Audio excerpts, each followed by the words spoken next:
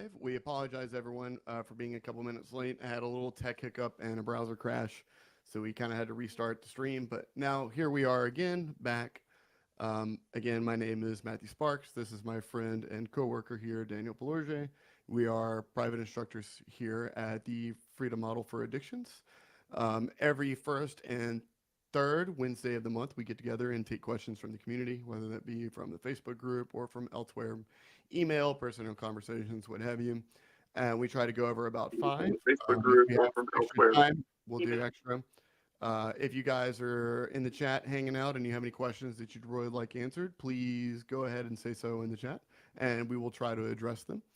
Other than that, Daniel, you got anything to say before we get rolling on this? No, let's just go for it. All right, awesome. The first question that we have here, let me move my 1 trillion windows around real quick. Is I am a daily drinker, have been for years. I got sick on Saturday with stomach inflammation, so I haven't touched a drop since Saturday to fix my stomach. No withdrawals, just normal. So odd. I made a decision to get well, and I didn't really think any more of it. I'm even shocked with my I am even stocked with my favorite drink that I see every time I open the refrigerator. This is interesting, eh? This is quite interesting. It's both interesting and it's not interesting. We'll get into why. If you want to go ahead, Daniel. Yeah. Well, my first thought when I read this was I immediately thought of my dad's best friend, and so what happened? This happened. I was about 12 years old, and he used to drink like a lot. He'd drink, I think it's 240s of vodka a day, something like that. Like he was a very, very, very heavy drinker, and he up and quit. And when he decided that it was over, well, he had seizures and died. And so when I see this, as soon as I read something like this, I kind of go, "Oof, this is a very, very dangerous road to go down." Um, Especially when it comes to alcohol. When we're talking about alcohol and benzos, withdrawal can be very, very dangerous.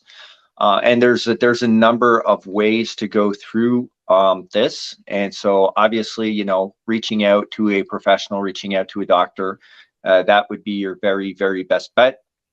For people who want an alternative, there is a website out there that's got some really interesting info, and that is the HAMS website. So it's HAMS.cc/taper. And on there, he kind of like explains how to taper off alcohol naturally. Obviously, that's not replacement for any type of medical intervention, but it's definitely a lot better than just deciding to stop just like that. That's like super dangerous. And so the way they explain it is basically like, imagine if you're on a balcony and you jump off the balcony. You land on your feet, you feel okay, everything's fine, and but you've hurt yourself a little bit, but you don't really notice. Well, if you jump off the balcony a number of times, eventually you could end up with a serious injury. And so there's this phenomena called kindling that goes on every time you go on and off. And so, like I said, if someone wants to read more into that, that website's got some really good information. But I would highly, highly suggest not taking this kind of approach, right? Like if you've been drinking regularly for years and years and years, and you just up and stop, that could be extremely hazardous to your health. So when I read that, the alarm bell just kind of went off with that, because for that very reason. Like I said, it was my dad's best friend. It hit home when I was very young, but it got me to fully understand it. Yeah, alcohol withdrawal can be extremely dangerous. So yeah, I would not recommend this. My yeah, obviously the first thing we're going to be concerned with here is safety. And as Daniel talked about, this is a pretty dangerous thing to do. If you've been drinking for a long period of time, obviously, depending on what level you've been drinking as well for a long period of time. I had a good friend who worked a sales job with me for a number of years. Who, whenever he would start to get in trouble at work or in other places in life because of his drinking, he would just quit cold turkey. The last time he did that was in November of 2016, and he had a seizure and passed away, unfortunately. So this is something that can be very serious, and is best to do um, under the supervision of a medical professional if you're going to try decide to cold turkey quit alcohol, or you can seek out like a detox facility, or something like that. Aside from that, safety precautions aside, if we were not talking about someone that had just potentially put themselves in a dangerous situation because they've been drinking for a long period of time and just suddenly quit, I think what the person is getting at is that they were just able to stop with sufficient motivation to do so. And in this case, they said they got sick Saturday with stomach inflammation, and they decided to stop drinking to fix their stomach problems. This what you're doing is you're engaging what we would call the positive drive principle in the book, which is that you have decided that it is a more pleasant experience for you not to go through life with stomach inflammation, rather than continue to drink and have stomach inflammation. So you've cut out the thing that you know is causing said inflammation, which is the alcohol. And it doesn't feel hard, right? People get very upset oftentimes whenever we say that like quitting can be easy. And if you allow the natural process of that humans normally engage in whenever they start and stop things that are meaningful to them, it should be an easy process. But we as a society have made it incredibly difficult when it comes to drugs and alcohol. And I think his point here was just that, oh, well, I had sufficient reason to stop and I just decided to. And I haven't really had any problems. It's great that you're not having any withdrawals right now, and that you don't feel bad or anything. But like as we started this, like we absolutely have to emphasize that suddenly quitting drinking cold turkey, if you've been drinking for years, especially in heavy amounts, can be very dangerous. It can kill you. Him and I both know people that have passed away from doing this. So I applaud this person for this realization. It is good that they quit drinking. Although I absolutely recommend that you get some sort of detox or a medical professional involved in this process just to make sure that you're going to be okay. Because, like, I don't know who this person is who asked this question, but, like, I absolutely want you to be okay, my friend. Um, we don't want anything bad to happen to you as a result of you deciding to quit cold turkey. Like, we want everyone to be safe, and to do this in the safest way humanly possible. But sort of the point that when given sufficient reason and a really sort of objective analysis of your options, like it can be easy to quit doing these things. Period. It just can be. Like if it's, I think I don't remember the study or even really how old it is. I think it's from some time ago. But one of the number one things that stopped people whenever they were drinking problematically is just a conversation with a physician about their drinking problem, which created a concern about what could happen in the future.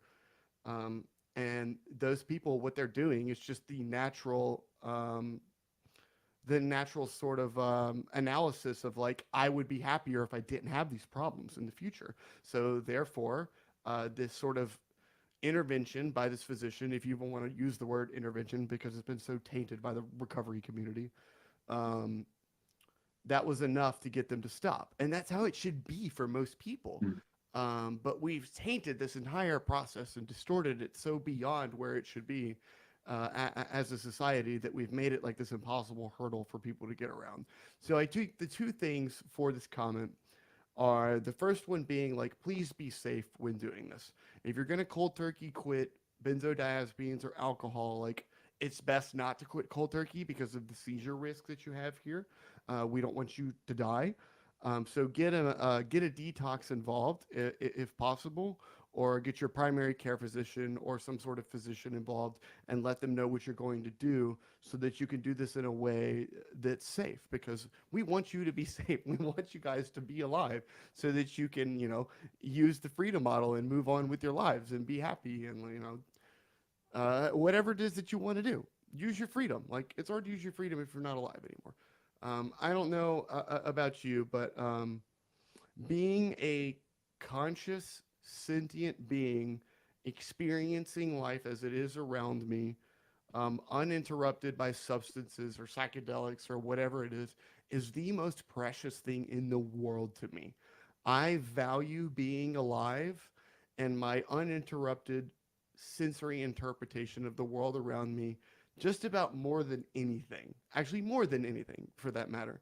And I know that's kind of a weird thing to say out loud, but I tell people this all the time. This is one of the reasons that I don't like to mess with psychedelics like at this point in my life, and for other reasons. Just like I like being an autonomous, conscious, aware person interpreting my surroundings as they should be because I believe that reality exists objectively independent of my perception of it, which is a whole philosophical debate we won't get into.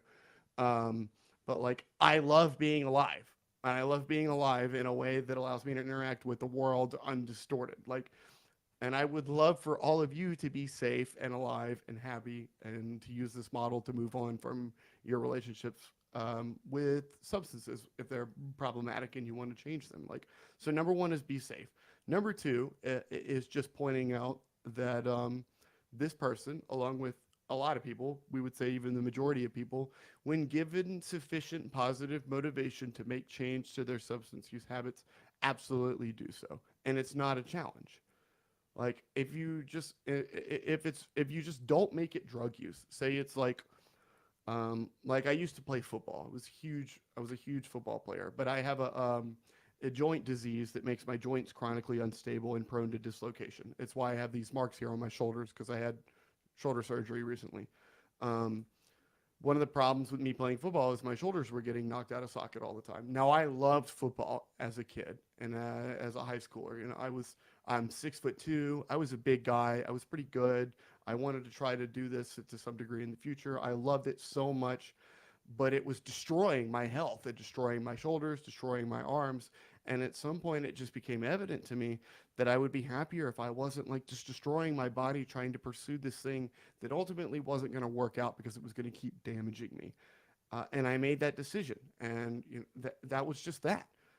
Um, and it was hard, but like I just made the decision. It didn't have to be this impossible challenge.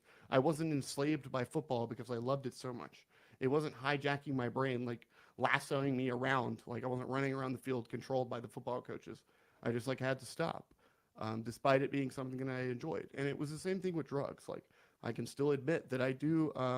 Like you can enjoy drugs to some degree because of the physical sensations that they create for you and still not have any problem stopping using them if you decide that there's sufficient positive reason to do so, which I think is the point behind this person's entire comment here.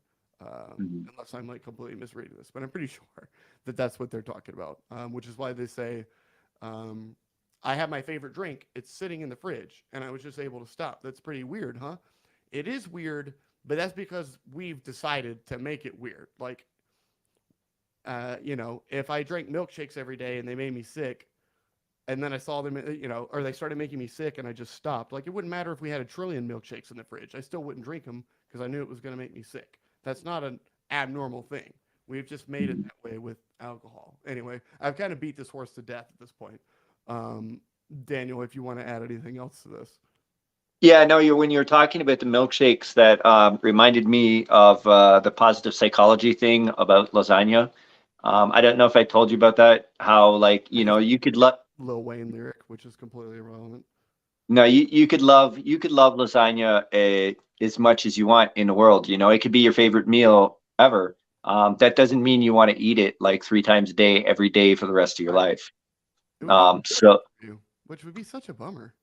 yeah, but when it comes to substances, our culture pretty much tells us that that's the way it goes for that. So yeah, it can be quite surprising for some people when they have a certain amount of a certain substance that they really really enjoy, and they're like, you know what, I'm going to keep it for later.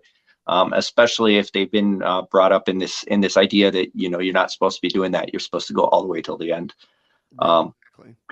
but yeah, my like I said, my big thing when I saw this was just that, you know, I was just like, oh my God, just be careful. Be safe, please. Yeah, the alcohol.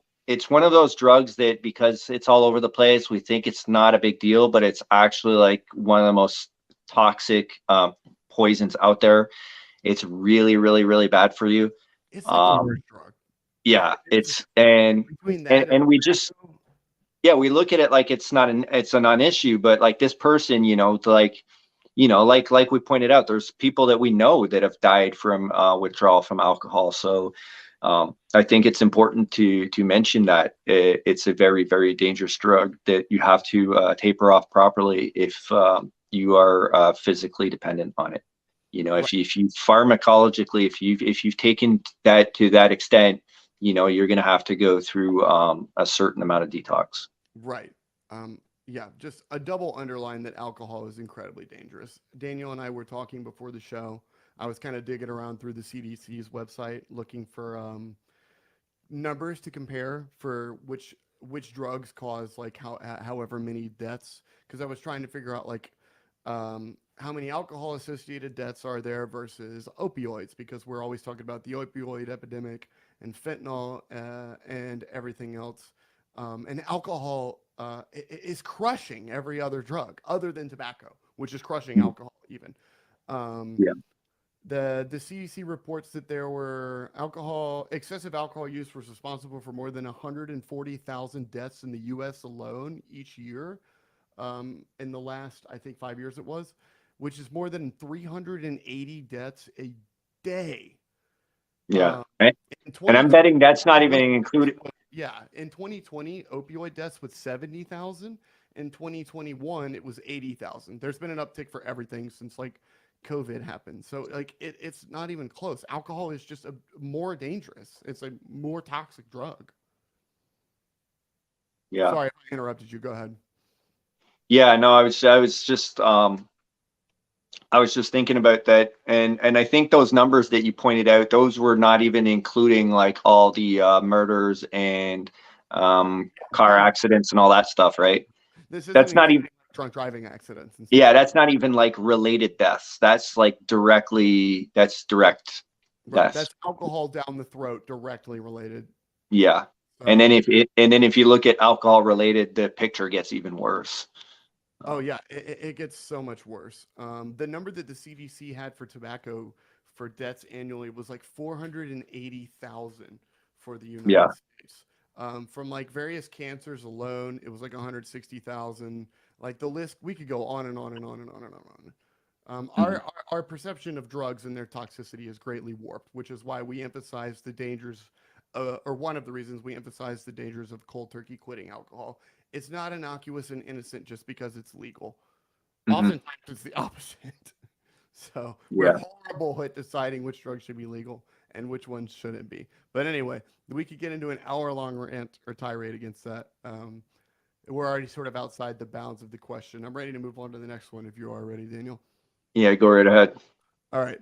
So the next we got, um, I've been binge drinking a lot recently. It's usually to blackout, and I'm worried. It's been this sort of pattern for a long time now. I intend to read from chapter 16 onwards again and do the exercises. I should be able to get back to the online program when I get paid too. I haven't been I haven't been thorough enough in getting to grips with the freedom model. I understand that alcohol cannot change your mind and provides a physical buzz that you interpret in your mind according to your cultural beliefs about alcohol, etc. But I'm still going out and getting blasted. Maybe I think there's still part of me that's holding on to alcohol making me happier.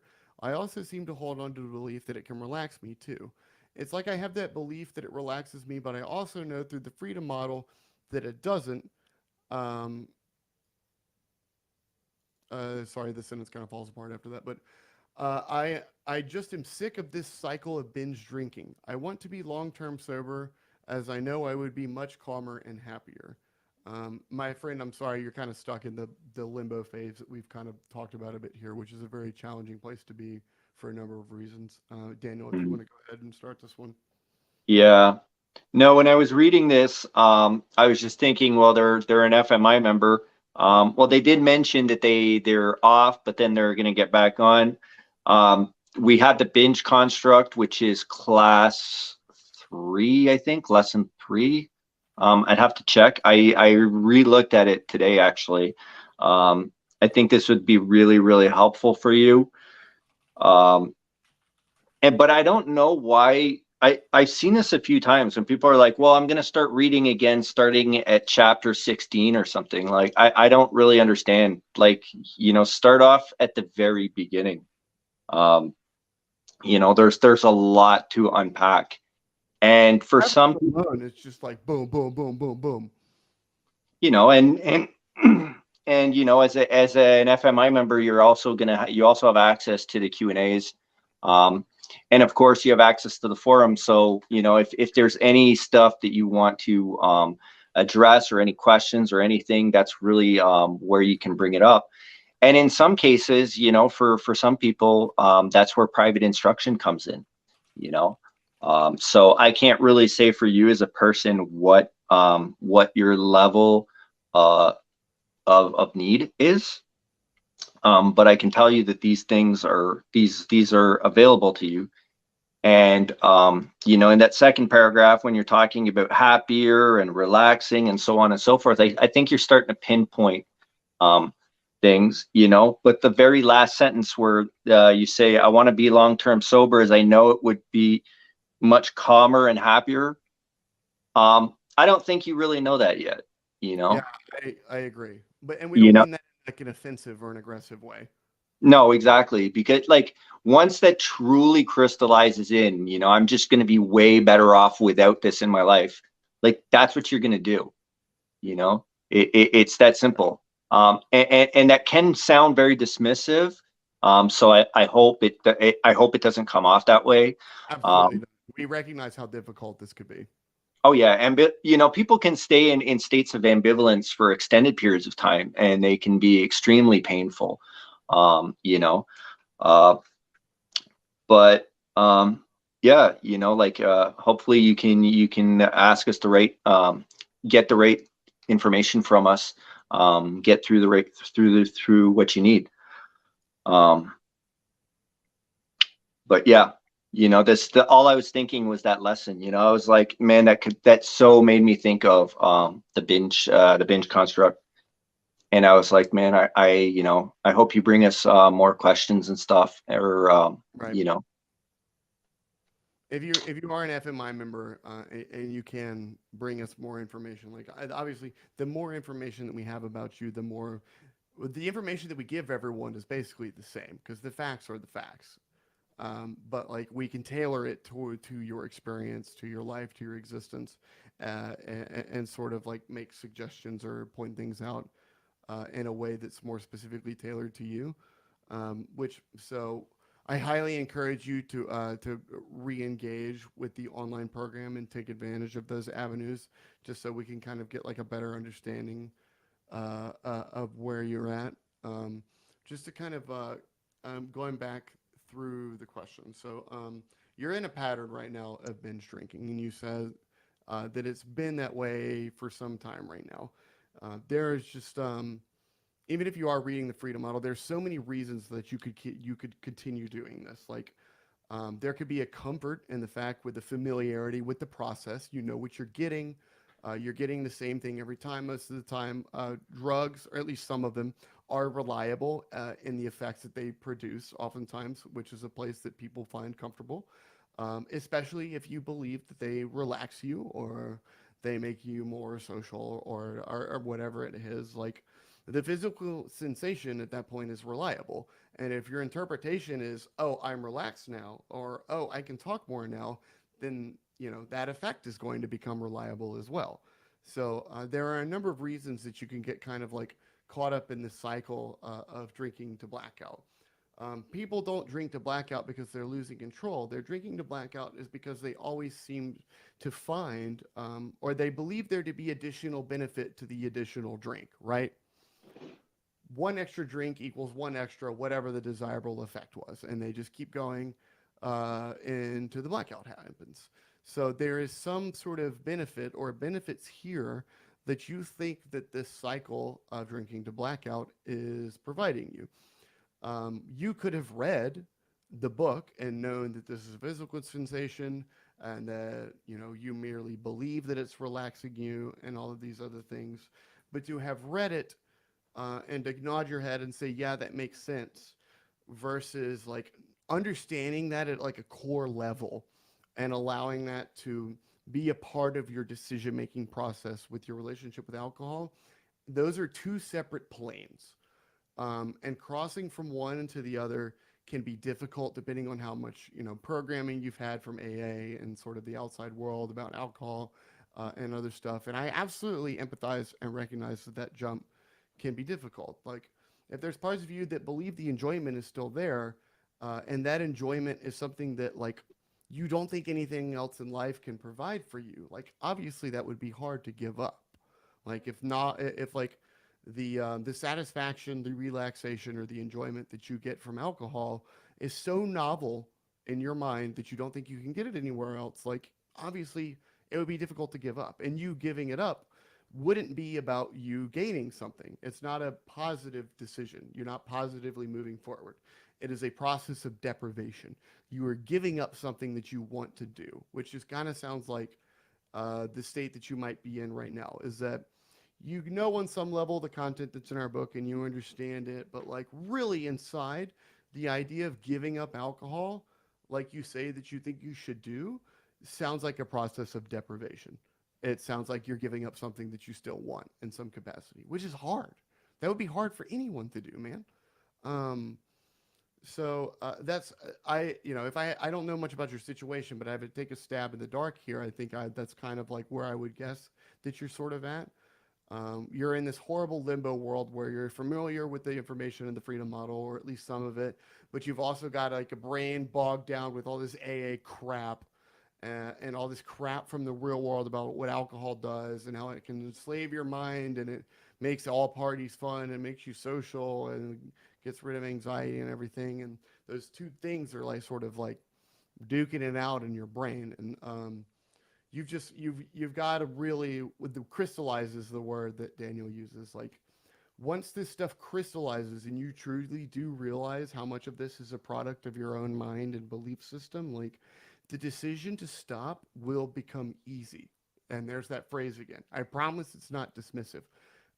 It is merely underlining the power of like undistorted decision making whenever you're actually done with something or you actually believe that one thing is going to yield you more happiness than the other thing does. The decision is no longer difficult. It can be a painful one, like it could be bittersweet. You could have to say goodbye to another part of your life, whatever you are like, give up a group of friends or whatever. But the decision itself isn't like pulling teeth. You're not fighting yourself or anything like that because it's no longer an act of deprivation.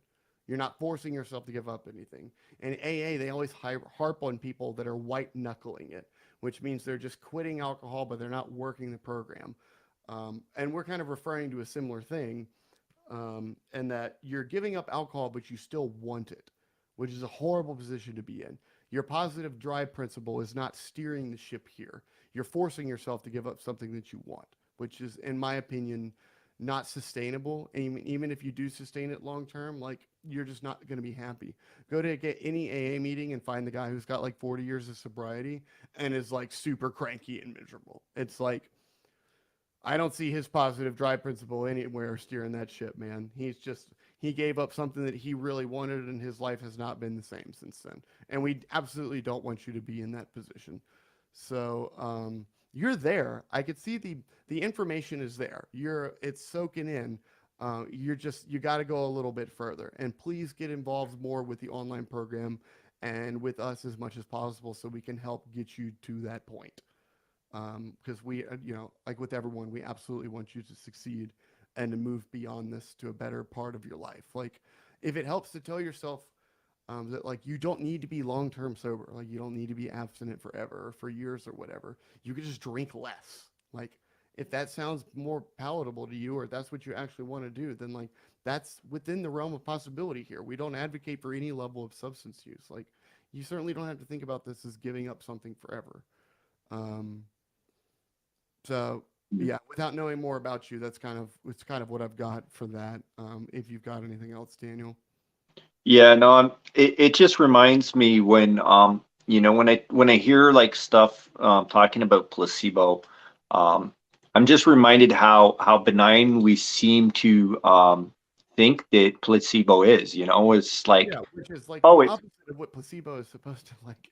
oh, It's it's so just powerful. placebo. When in fact you're talking about like a sugar pill or a chalk pill, basically an inactive ingredient that's having a serious effect on a human being, you know.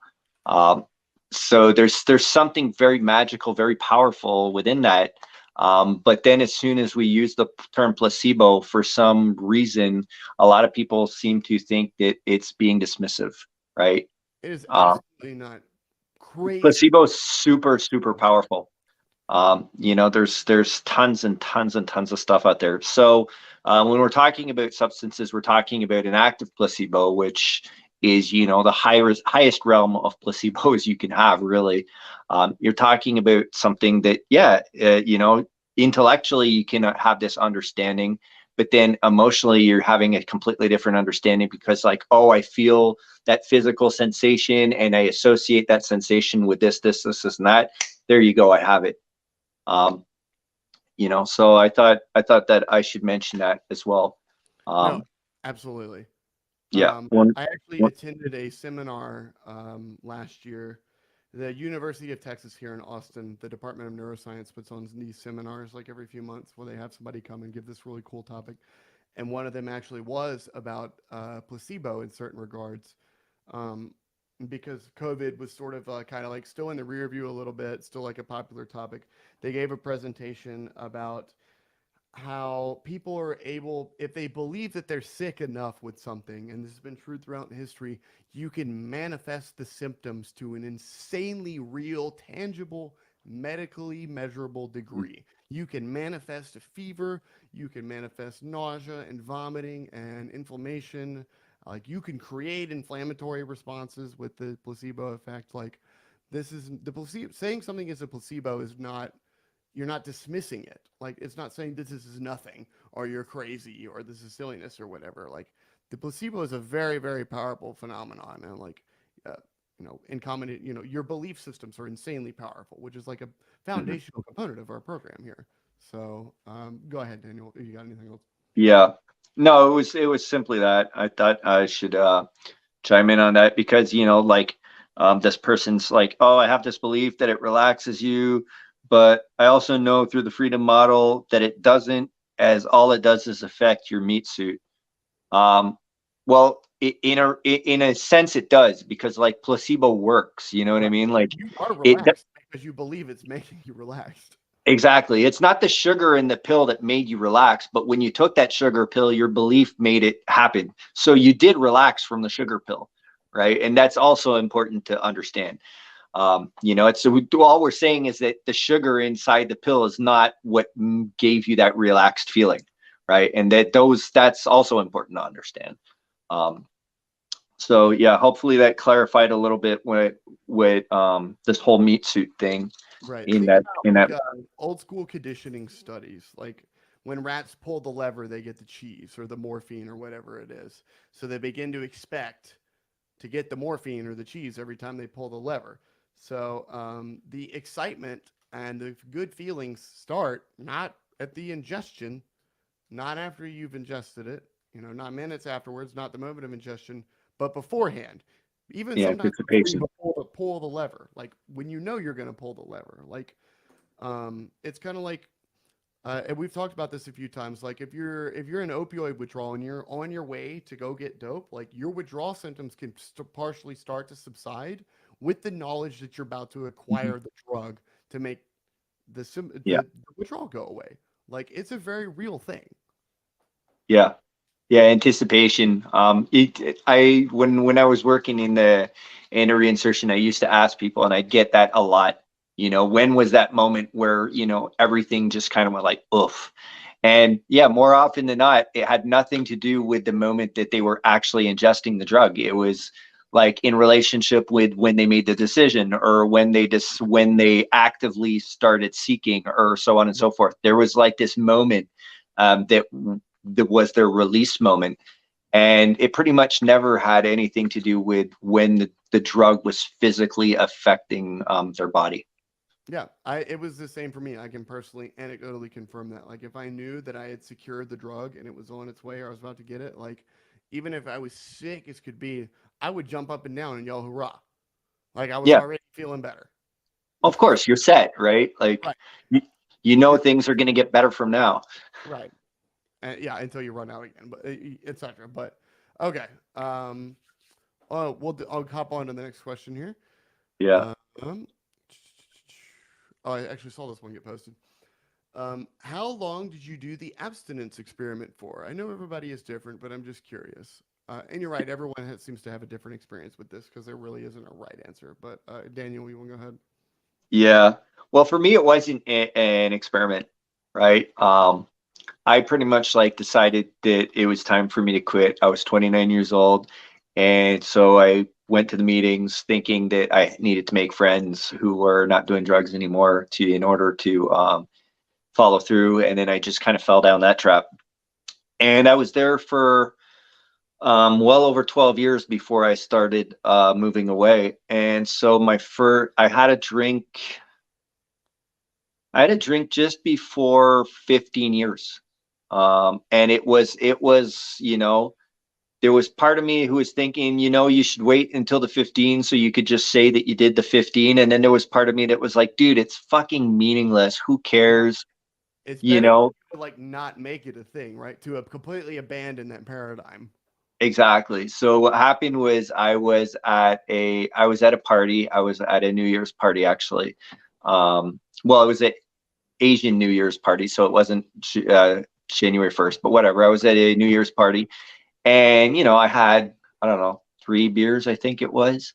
And I remember like my friend dropped me off after and he was like, you know what? You're still the same guy. Like somehow he thought I was going to explode. I felt pretty confident Your everything was going to be defeated fine. pushing push-ups in the parking lot for 15 years is going to show up Yeah. like 300 pounds jacked and ruin your whole life. Yeah. And to be honest, I woke up the next morning. I was like, I don't, this didn't feel that great. Great. Um, and like I said, I only had like three fucking drinks. Dude, the same thing But happens to me now. It could be like two or three, and it makes me feel like garbage. yeah. And now it's just like it's like a non thing, where I sit down. I don't really think about it. Although we talked about it a couple of months ago on in June when it was the Saint Jean. I had a drink for Saint Jean, and obviously there's a decent chance that I'm gonna have a drink for Christmas, but that's not even guaranteed. Um, the point being that it's somewhat irrelevant, but it took me a certain amount of time to get to that point mentally. Right. Um, so yeah, that's my quote unquote experiment. I don't know if I would call it an experiment because Right. I didn't really, I just thought I was never going to have a drink ever again, Right. you know. And part of it was to say, no, this chapter of my life is over. This 12-step garbage is over. That was a big part of it, me having a drink, because to this day, it's not very relevant to me. Right. Yeah, that was actually the first time that I went back and sampled a substance. I went and found my drug of choice at the time to take after my period of abstinence because I wanted the AA thing to be dead to me. Like I wanted to be sure. Um, I wanted it to be like the most anticlimactic nothing experience that it could possibly be, and that's exactly what it was. I would say it's hard to call, like you said, my abstinence experiment an experiment because it like I was in a halfway house for a big chunk of it, so like it was required obviously for me to remain abstinent. But like after I'd read the Freedom Model and I was like ready to do different things with my life, even though I was still in sober living, I just like I had no desire to do that at that point. It just like it wasn't hard to resist. I wasn't counting days or anything. I would say by the time that I sort of like reintroduced drugs or into my life, it had been like somewhere in the neighborhood of like 8 to 12 months. I don't even remember at that point. It wasn't like an enormous amount of time. I didn't wait years or anything like that. But some people do, and that's cool. One thing that we often say is that like abstinence can be good because of the clarity that it offers you. It's also good for your health. It can help you figure things out about what it is that you want, what it is that you don't want. If your mind isn't sort of like polluted by, extraneous substances, or you're not constantly dealing with this thought of like, oh, should I be doing this? Should I not be doing this? Like, what's my relationship to this? Is AA right? Blah, blah, blah, blah, blah. Like, it's just sometimes it's just easier to be abstinent. And for them, however long in my life it was easier for me to be abstinent, that's how long I was abstinent for. And then whenever I decided to test the waters, and I did that so successfully, that's exactly what, that's what I did. Um, but I know people like, didn't Mark and Michelle both wait for quite some time just to go Yeah. through experience in there? Yeah, I think the I could be completely wrong, but I think their experience was pretty similar to mine, that they just like, they were just like active members of the 12 They step have waited fellowship. the least amount of time of everyone on the team right now. Yeah, they didn't want, I think they're pretty it, close. it was over, they were done for. And then, eventually at some point it was like, and I can't speak for them on this. In my respect, that's really what I was thinking was, you got to walk your talk, man. If you're telling people that like this stuff has no power over them whatsoever, has no control over their lives, yet you're sitting there and you're like, oh no, I can't have a little drinky poo That because I'm was gonna my go ape other shit. big motivating factor, is that I had to tell people to shove it because I did have control. Yeah. And so, like once you've done it, it's like, yeah, well, this is ridiculous. It's not important in my life anyways. There you go. Move on to the next thing. Um, and yeah, to this today, that's exactly the place that alcohol has in my life. It's a non-issue. Even, it's funny because it's been a couple of years, and so my entire family's gotten used to it. So it's a non-issue even around my family at this point. They knew me for 15 years that I would not have a single drink ever, nothing. And now it's like, they're just like, they'll pour me a glass of wine with everyone else kind of thing. Um, which I is, think I've got to that point recently. It's very strange. yeah. Probably more strange for them than it is for me, but it's still strange. Yeah, well, like I mentioned before, I've had the fortune of growing up in a half of my family is European, so that entire relationship with alcohol just didn't make much sense from the get-go, and that's something I actually had to skate through to a certain extent because it never made much sense. Right. So, as far as the person asking the question, how long did the abstinence experiment go for? Just because they're curious, like it should just go for however long you want it to go for, Mhm. or whatever is most convenient for you. The other thing is that I had the potential to experience enormous consequences for not maintaining abstinence for a certain period of time. So like we don't want you to buck the trend and tell everyone to like shove it because you can control your drug use. If it's going to make you homeless, cost you all your finances, and like Mhm. make all your loved ones abandon you, excuse me. That's just not a smart game to play. Sometimes Mhm. it's better just to like let it roll for a little bit until the heat's off, and then like if you're really interested or you really want to reintroduce this to your life, then like go ahead and do so. But like we can't like advocate that you like torpedo everything just so that you can prove that you do have control over your drug use. You can do that, absolutely, and like you can prove the point, but like if people are really bought in, chances they're gonna go, you're in denial, and this is just Mhm. eventually gonna catch up to you, and like, sorry, we have zero tolerance for this, like goodbye or whatever it is. Like it's risky. So it varies from person to person. Do it however long feels comfortable for you, whether that be forever, for another week, or until 5 o'clock, which is like an hour and 15 minutes here. Um, it's just yeah, it varies from person to person. However long is comfortable for you, and base it.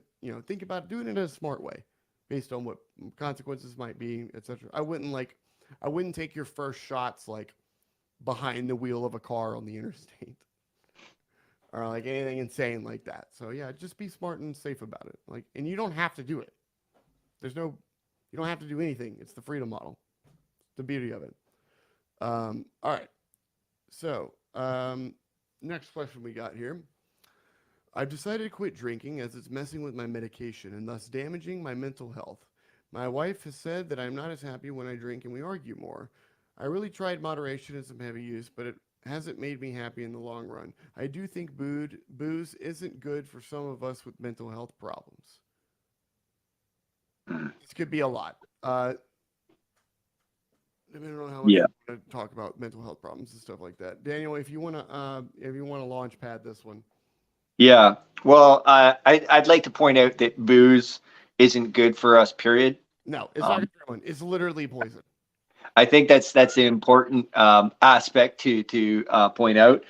And the last training I had with on opioids, there was actually one of the trainers said something in the background which shocked me.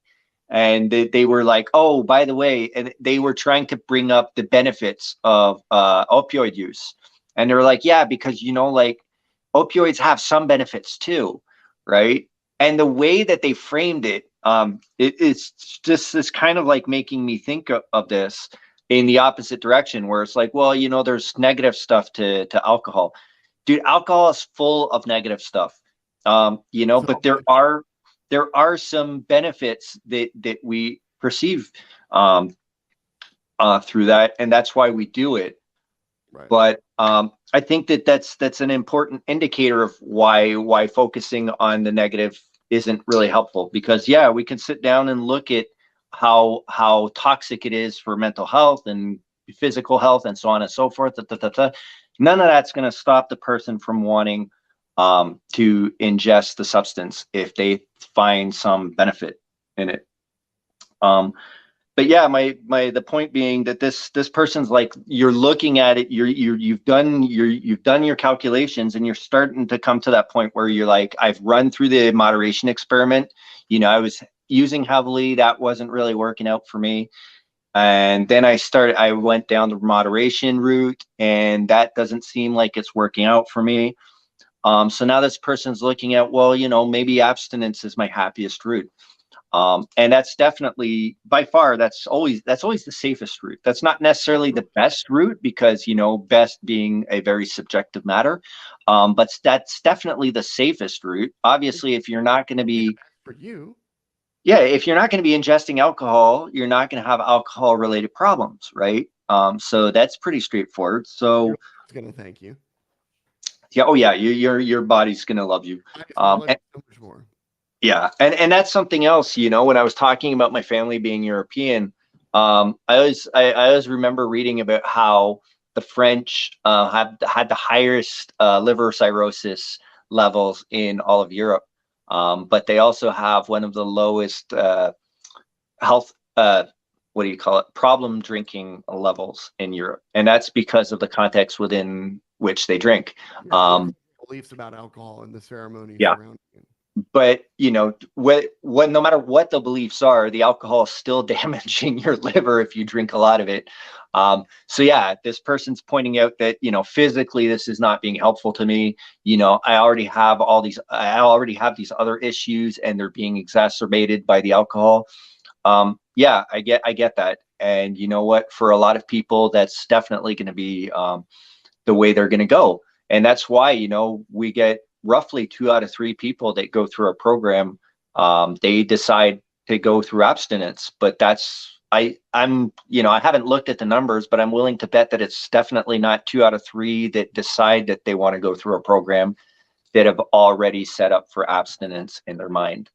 Um, as you sort through the mythology, as you sort through everything, that's when, it really becomes clear. Okay, this is my option. So I think this person has been going through their options for the last few months.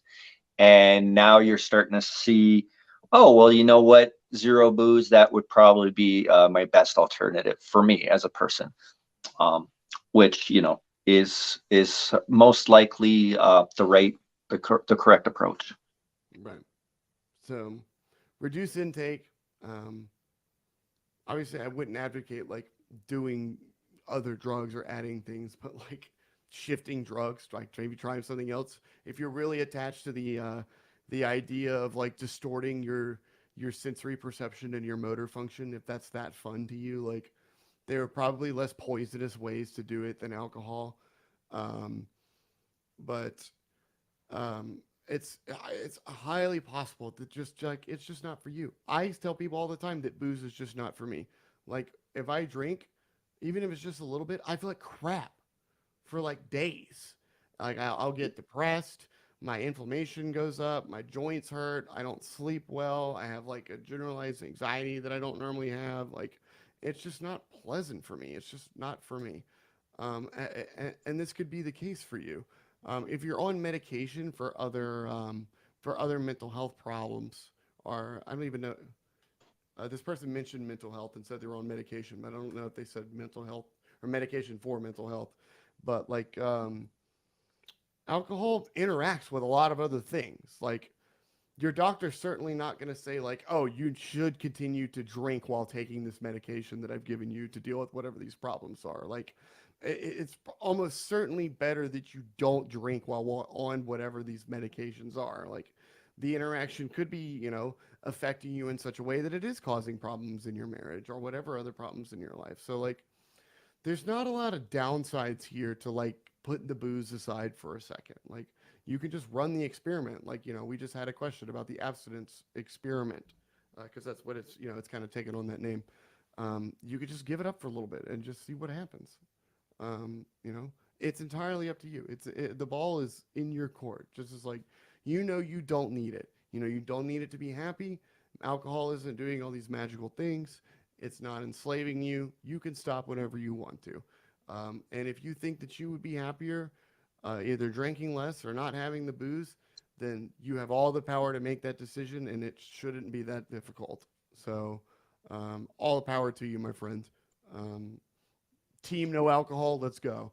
For everyone else, enjoy your booze. I'm glad you can enjoy it. It's just not for me. You got anything else for that one, Daniel? No, I no, think last one. Mark and Michelle drink occasionally, don't they? Just like very rarely. Yeah, I think Michelle drinks a little bit more than I don't think Mark drinks much at all. Maybe he doesn't drink much at all. I know I've heard Michelle talk about that she'll have a glass of wine every now and then or something like that. Yeah. These are just they're non-issues to us. Like I know that I'm going to let's see, it just became October. We are in the midst of college football season. There will be one Saturday in the next few months where I will consume a lot of alcohol. And I'm gonna pay for it. It's gonna make me feel really, really, really bad. But Mm. I'll be among my people in South Louisiana, doing crazy South Louisiana people stuff about college football, and it's going to be a great time. But like time and place, I know the consequences for it. I'm choosing to do it. It's not enslaving me. I'll recover. It's going to suck, but like other than that, I just don't drink. I don't like it. It doesn't do nice things to me. So I don't think about it. It's not an issue in my life. And anyone can get to that point. Anyone. All right, ready for the next question? Yep. All right, we got. I am working on believing the thought that I can moderate, that I can choose to partake. Marijuana is my drug of choice. And having a hard time because my past is chock full of evidence to the contrary. How do I start believing I am in control? Daniel, you can go ahead and start, but I can tell this person why it looks that way retroactively. Hmm. Yeah. Um, well, first off, again, we're coming back to this idea of control, which is, just looking at things from the wrong lens. Right. Um, so first off, you come off with this idea that I want to enjoy a certain amount. And then somewhere along the line, you change your mind and that becomes something else. And then you sit down, you backtrack, and it's easier to tell ourselves that we somehow have lost control, especially if society has been telling us that as well. But what's driving the behavior is not this idea of having no control as much as this belief that these drugs have these magical powers, Right. that they're giving you something. To do it. um yeah, that they're giving you something that you couldn't get any other way. So how do I start believing that I'm in control? Well, how did you start believing that you were not in control? Right. You Or know? did you stop smoking to go to sleep last night? Yeah. It's like what's this evidence to the contrary? Is it just that like you changed your mind? Because the bottom line is if you don't want to do it, you're not going to do it. I'm sure if you sit down and you analyze your substance use, there's times where you don't want to use and you don't use, right? So obviously, you have the level of control to like not use when you don't want to. So it's something else going on. It's not like there's this control switch that's not working very well, and then once in a while it just, it snaps and you can't turn it on properly. Um, Right. So, if I may add real quick, one of the problems is that because we've introduced this idea of loss of control to everyone in our society, is it's distorted our lens to look at all of these relationships with drugs and alcohol. Um, Whether you're consciously doing it or not, you are interpreting your past behavior with the lens of where is the evidence of that I don't have control. So if you think that you smoked too much at a certain occasion, or you did so to a degree that like other people didn't approve of, or whatever, like instead of just thinking about it, how we would normally, we think about it under the guise of loss of control because this is the idea that's been introduced to us. It has tainted our entire worldview of our relationships with substances.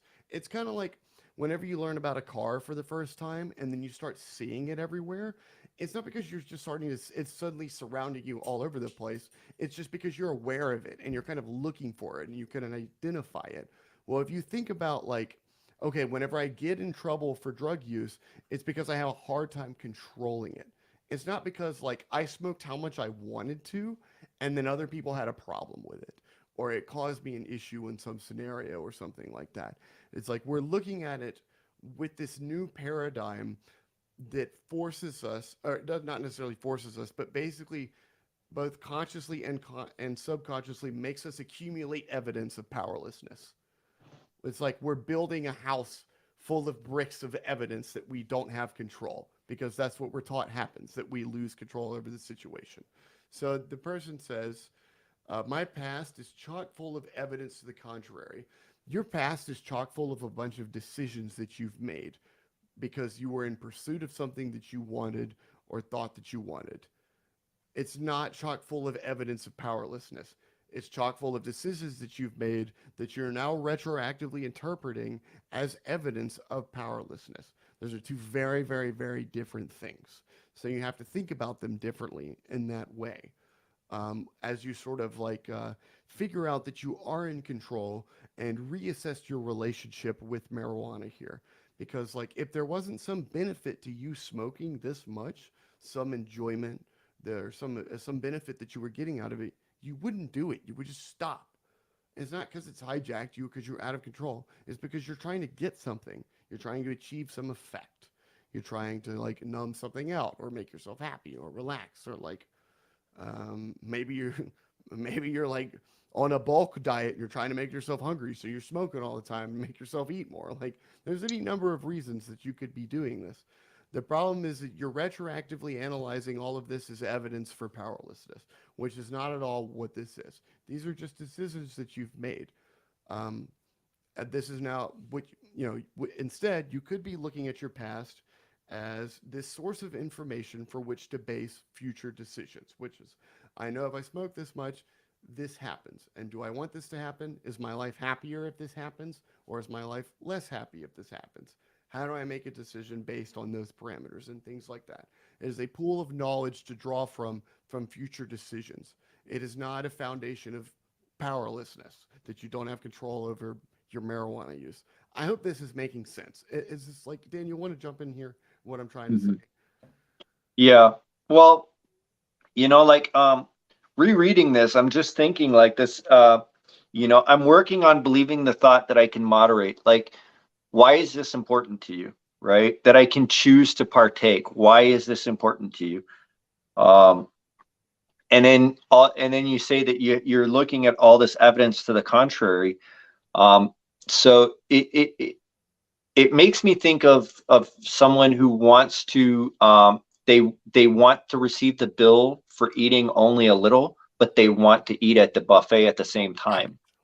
time. So you go and then you eat at the buffet, and then you're like, well, you see, I only wanted to eat 3 shrimp, but I went all out on the buffet. That's evidence that, I'm not really, I'm a glutton, right? Or something along those lines. No, you just wanted to eat at the buffet. Exactly. you know Now, if for whatever reason your only way of mentally accepting that you go to the buffet is by saying, well, I'll only have 3 shrimp, and that's your strategy to get yourself in the buffet, fine. But then you still have to recognize that you wanted to go to the buffet, Right. right? It becomes a It's process of deprivation now, right? You're resisting Yeah, something you want to do. exactly. It's only once you have acknowledged that you can start to sit down and analyze, well, what's such a big deal about the buffet? Why do I want to go there? Right? Like, why am I so attracted to this buffet? What's the big deal about this buffet?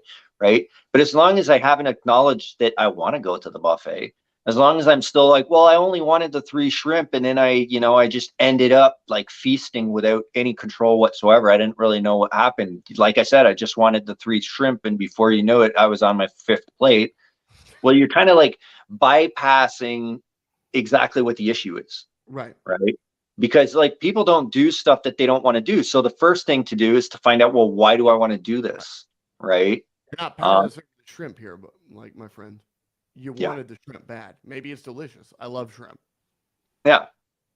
So that's what I see in that. And like I said, I see this issue of control coming back over and over and over again.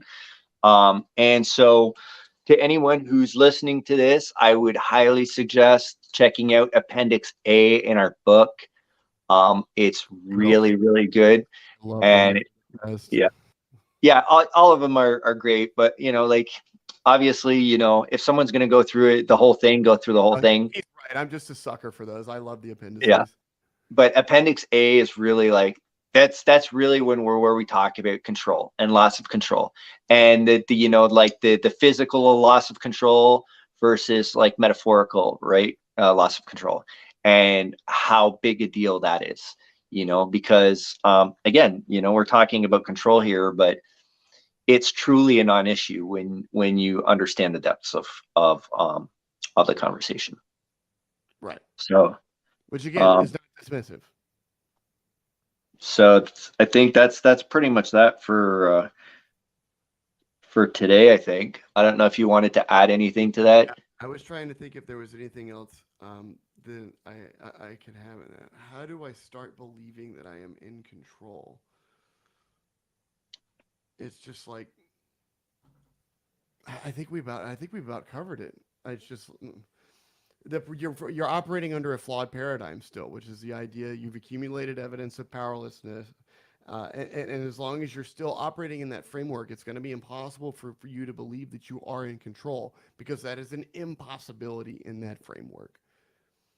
It's why early on in the preface we say that like if you still believe that there's a group of people called alcoholics or addicts and that they lose their ability to voluntarily moderate their substance use at any point, that you should never ever try to moderate your substance use if you're concerned that Mhm. you could be one of those people. It is impossible in that framework. That cannot exist. You cannot moderate, you cannot be in control. So you have to step outside of that framework. And what a huge part of what the book is, and one of the reasons it's so beefy, and one of the reasons that Daniel pointed to Appendix A, because this especially deals with this, is because we have to do away with this powerlessness myth.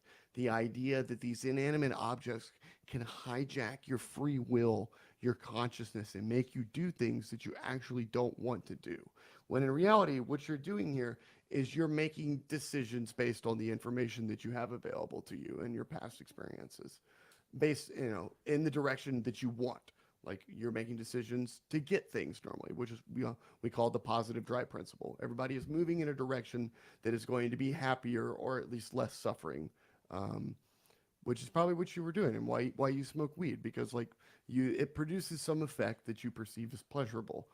It gives you something that you think that you want.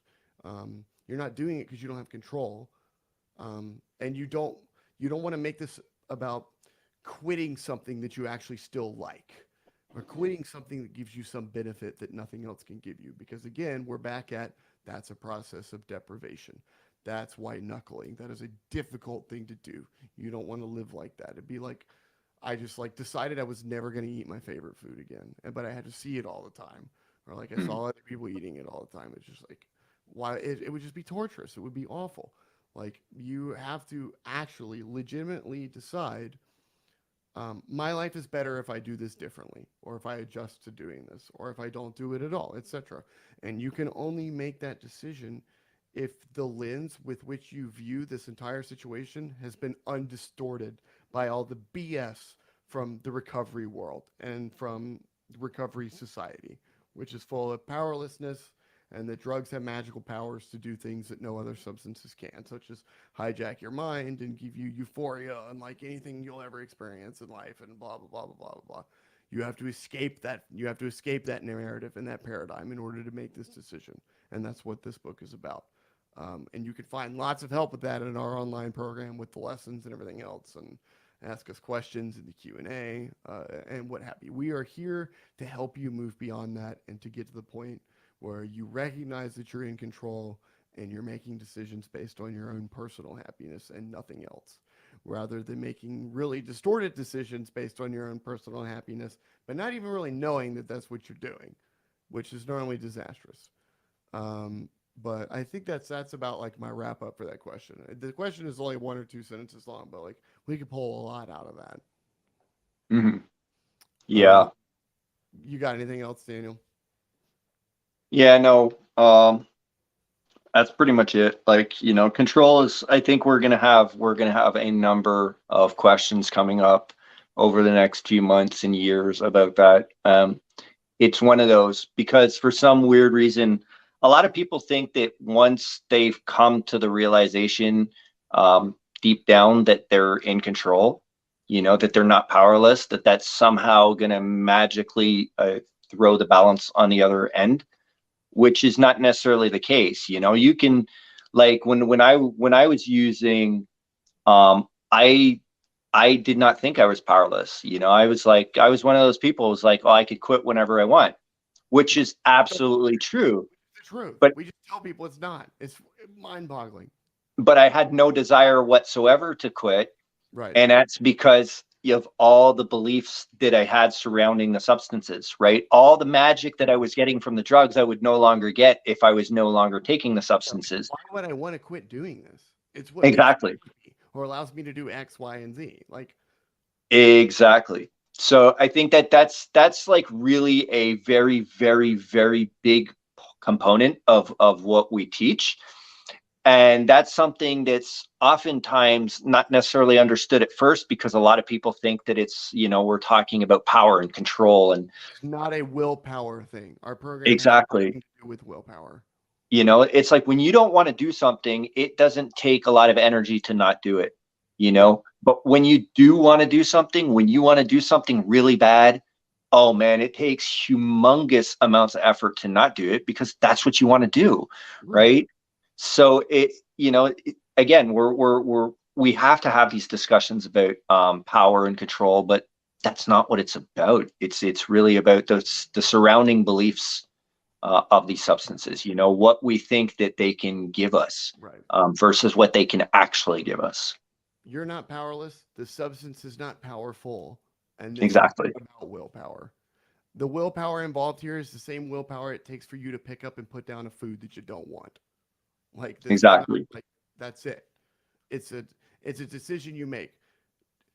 Do I want Exactly. this? Is this going to make me happy or is it not going to make me happy? Is this going to bring me what I want or is it not going to bring me what I want? There's the willpower being exercised, like beginning to end, right there.